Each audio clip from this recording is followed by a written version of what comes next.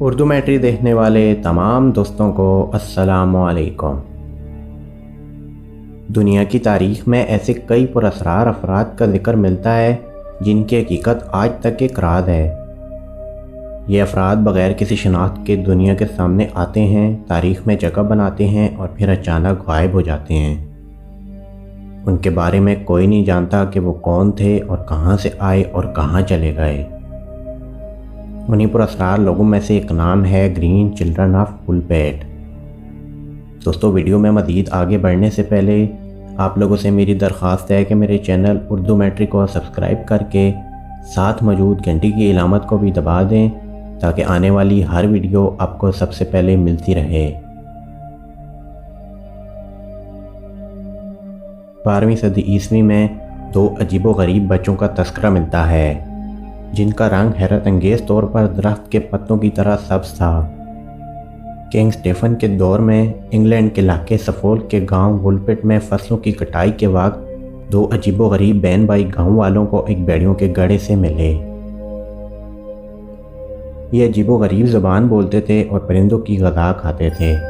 جلد ہی یہ دونوں بچے گاؤں والوں سے گھل مل گئے اور انہوں نے انگریزی زبان بھی سیکھ لی اور دیگر اشیاء بھی کھانا شروع کر دیں۔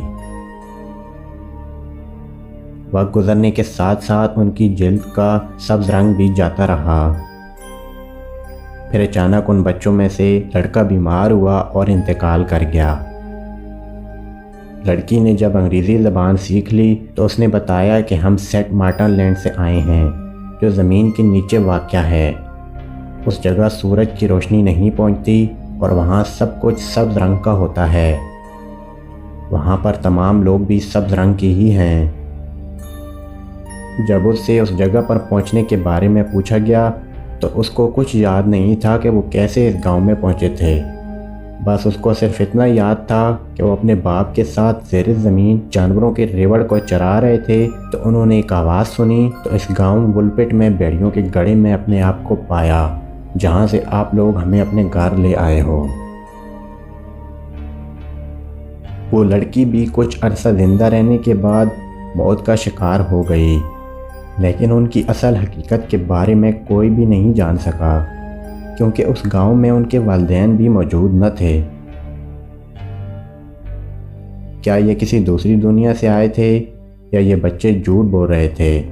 اس سوال کا جواب ان کی موت کے ساتھ ہی گم ہو گیا اور آج تک یہ ایک راز ہی ہے۔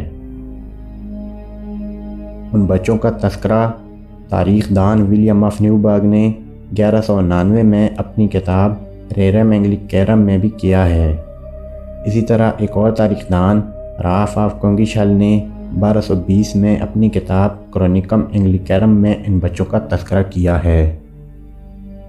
اس کہانی کو کچھ شعراؤں نے بھی اپنی نظموں میں لکھا ہے اور 1934 میں ایک ناول بھی ان بچوں پر لکھا جا چکا ہے جس کا نام تھا گرین چائلڈ۔